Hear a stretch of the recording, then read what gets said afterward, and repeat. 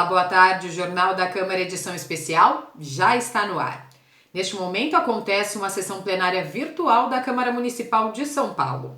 O repórter Felipe Palma está acompanhando e trará informações ao longo da programação. Fique ligado! E a campanha de vacinação começou na última segunda-feira. Nesta primeira etapa serão vacinadas pessoas com mais de 60 anos e profissionais da saúde. O vereador Eliseu Gabriel, do PSB, tomou a vacina e destacou a importância da imunização. Eu tomei a vacina. Aqui está o comprovante. Eu fui no UBS, tomei a vacina. E essa aqui é a minha carteirinha do SUS. SUS. Então eu tomei essa vacina, ela é muito importante porque ela protege contra o H1N1, que é o vírus da gripe chamada influenza. Então, se você toma essa vacina, você dificilmente vai pegar essa gripe. E se por acaso você tiver sintomas de gripe e mais falta de ar, o que acontece? Provavelmente você não está com gripe. E aí o médico, sabendo que você tomou a vacina, ele vai dizer, bom, provavelmente é o novo coronavírus e vai então iniciar um tratamento imediato. Agora, a vacina para o novo coronavírus ainda não tem, ainda não existe. Por isso, mais um motivo para você tomar essa vacina contra a gripe. Por quê? Porque se você pega a gripe e ainda é infectado pelo vírus do novo coronavírus, o que vai acontecer? A situação fica muito mais grave, fica muito mais difícil. Então, como eu falei, muito importante tomar essa vacina contra H1N1. Agora, tem uma coisa que eu acredito, tenho certeza, é o seguinte, que precisa ter muita responsabilidade de todos e muita solidariedade. Com isso, eu tenho certeza que nós vamos superar essa difícil fase que nós estamos vivendo. A repórter Andrea Godoy tem as informações sobre a situação do coronavírus. A Grande São Paulo registra 40 mortes pela Covid-19. A região concentra todos os óbitos do estado, que tem 810 casos. Dos 10 óbitos confirmados desde ontem, 6 são de homens de 71 a 93 anos e 4 de mulheres de 48 a 85 anos de idade. Já no Brasil, o número de casos subiu para 2.201, segundo informações dos estados repassadas ao Ministério da Saúde. O Rio de Janeiro registrou 6 mortes.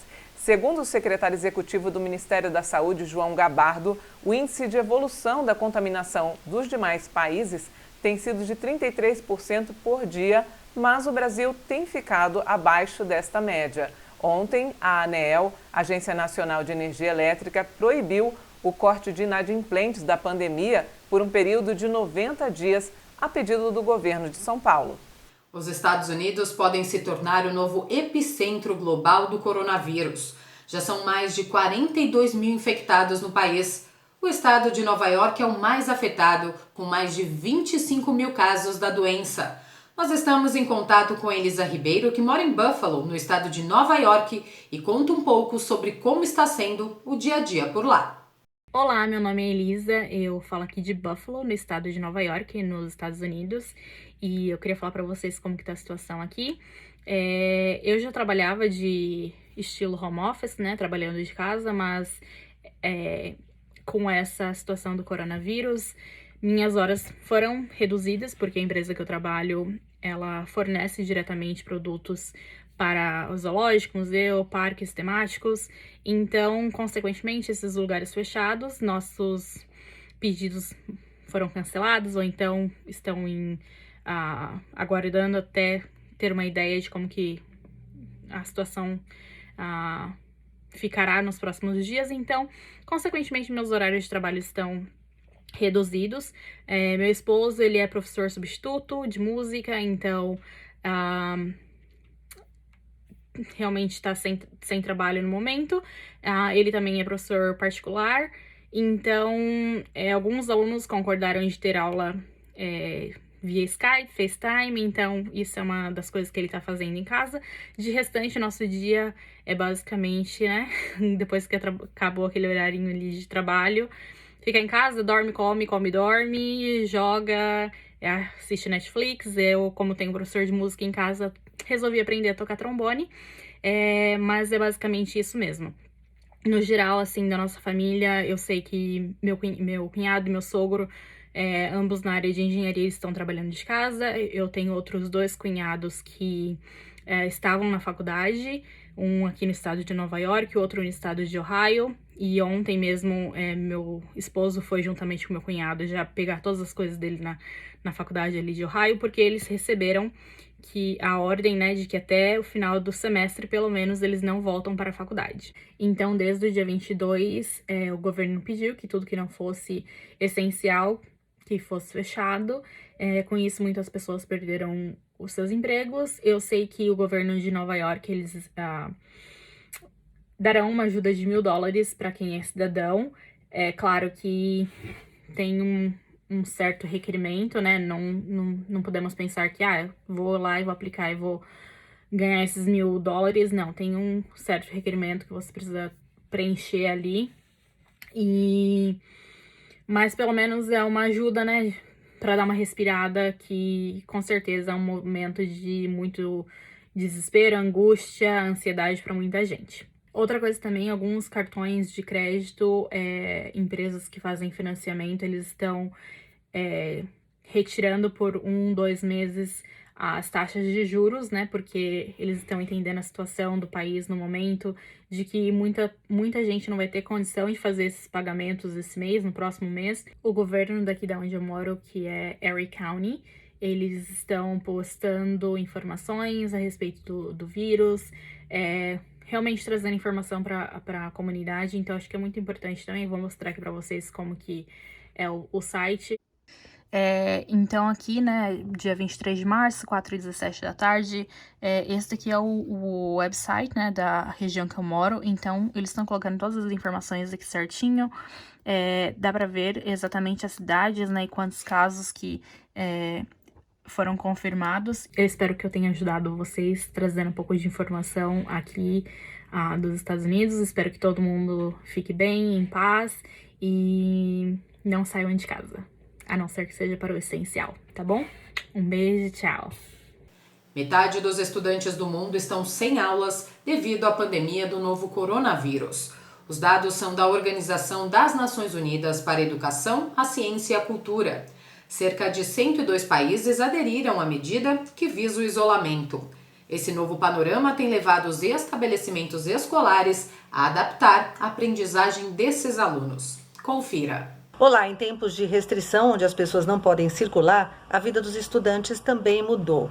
Hoje eu vou conversar com um estudante do Ensino Fundamental 2, ele está no 7º ano e ele está vivenciando tudo isso na prática, na sua rotina diária. Estou aqui ao lado do Fabrício Ranzani. Fabrício, obrigada por estar participando com a gente, contando um pouquinho da sua experiência. Você está sem aula desde quando? Eu estou sem aula presencial desde quarta-feira, especificamente. E como é que está sendo para você? Porque assim, pararam as aulas e os estudos? Bem, os estudos continuam, né? A gente tem que continuar a nossa vida escolar. Aí eu estou estudando, fazendo as coisas pelo site, os arquivos que os professores mandam até às vezes aulas mesmo que eles gravam da casa deles pra gente estudar aqui. E o que você está achando dessa experiência? Essa experiência está sendo muito interessante, porque eu nunca tive isso igualmente, eu sempre tive aula presencial mesmo. Está sendo muito interessante. No começo a gente tem certa dificuldade, mas depois a gente se adapta. É a dificuldade que você se refere à tecnologia mesmo? A tecnologia. Questões como o que, por exemplo? Questões como conseguir abrir os arquivos, entrar nos sites, linkar o que os professores mandam. Tá certo. Eu queria que você contasse pra gente, eu vou mostrar a tela do computador, um pouquinho de como é que é essa sua rotina. Vamos lá? Vamos. Este então é o site que você utiliza para fazer as atividades. Como é que é isso? Bem, é bem simples, você clica em cima da atividade postada pelos professores. Aí você tem várias atividades de que matérias? Isso, de todas as matérias, incluindo extracurriculares. Tá, aí você tem uma atividade que é 8, pelo que eu tô vendo. Sim, atividade 8 são vários arquivos, aulas, como ele explica as matérias, tudo pelo site. Aí o que eu faço? A gente faz a lição aqui em casa, normalmente no papel, como a gente faria na aula. Aí a gente tira a foto ou escaneia e compartilha com o professor dentro desse mesmo sistema aqui. Onde é que é esse compartilhamento? Mostra pra aqui, gente. ó. Você clica aqui. Aí tem anexo, Aí né? tem anexo, nesse arquivo aqui, você anexa. E aí você seleciona documentos. Seleciona documentos e atividades. E envia. E são muitas lições, Fabrício? Razoavelmente são algumas lições. E você está se adaptando bem? Estou me adaptando bem. No começo é complicado, mas estou me adaptando bem. Está tudo entrando na normalidade. E você acha que essa rotina de fazer aula pelo computador é boa? Eu prefiro aula presencial. Acho que eu aprendo mais, desenvolvo mais. Mas é boa sim, mas nesse tempo a gente tem que se prevenir, ficar dentro de casa mesmo, esse é o jeito. Quer dizer, não contaminar outras pessoas e também se prevenir para não ter nenhum tipo de problema com o coronavírus, né? Muito obrigada, boa sorte para você nesse período aí que você vai ter que fazer lições em casa. E valeu ter participado com a gente. De nada, foi um prazer. Até mais. Até. E a qualquer momento nós traremos outras questões relacionadas a esse problema do coronavírus. Veja com a gente como as pessoas estão se adaptando, como elas estão resolvendo as situações conforme elas vão aparecendo. Até uma próxima oportunidade. Tchau. A Prefeitura de São Paulo, por meio da Anlurb, tem intensificado a lavagem de ruas próximas a hospitais. O repórter Emanuel Belmiro tem as informações. A limpeza vem ocorrendo desde o último domingo aqui na capital. Ao todo, além das 80 equipes de lavagem fixas, serão contratadas mais 55 equipes extras, com 715 agentes. A ação foi intensificada em 75 endereços distribuídos pela cidade, próximos a hospitais. Além da lavagem, os agentes também estão pulverizando uma mistura de água, sabão e água sanitária nos pontos de ônibus e bancos próximos dos hospitais. Na próxima semana, a ação será expandida para entornos de comércios, estações de trem e metrô. Para que não haja o risco de contaminação por parte dos agentes envolvidos nesta limpeza, todos estão utilizando equipamentos de proteção individual, os chamados EPIs, como uniformes, luvas, protetor auricular, botas de couro borracha, avental e viseira. A medida faz parte do plano de contingência de resíduos sólidos em situação de pandemia da cidade de São Paulo. Prazo da CNH e demais serviços do Sistema Nacional de Trânsito estão suspensos por tempo indeterminado devido ao coronavírus. O repórter Felipe Palma tem as informações.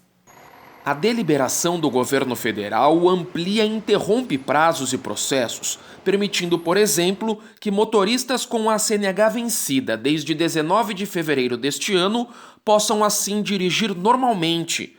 A medida, adotada pelo Conselho Nacional de Trânsito, pretende evitar aglomerações nos órgãos do setor e nas entidades públicas e privadas que prestam serviços.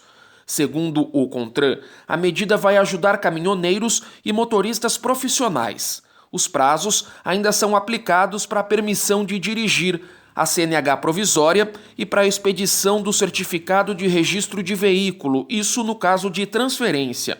A normativa define também que o prazo para a conclusão do processo de habilitação passa de 12 para 18 meses. Quem começou o processo de habilitação em março do ano passado e ainda não concluiu, terá então até setembro para finalizar. Estão interrompidos por tempo indeterminado a defesa de autuação, recursos para multas e da suspensão do direito de dirigir, além da cassação do documento de habilitação e a identificação do condutor infrator. A edição especial do Jornal da Câmara fica por aqui. Nós voltamos a qualquer momento com novas informações. Fique ligado nas notícias da Rede Câmara no portal saopaulo.sp.leg.br e nas nossas redes sociais. TV Câmara São Paulo, assista, fique sabendo.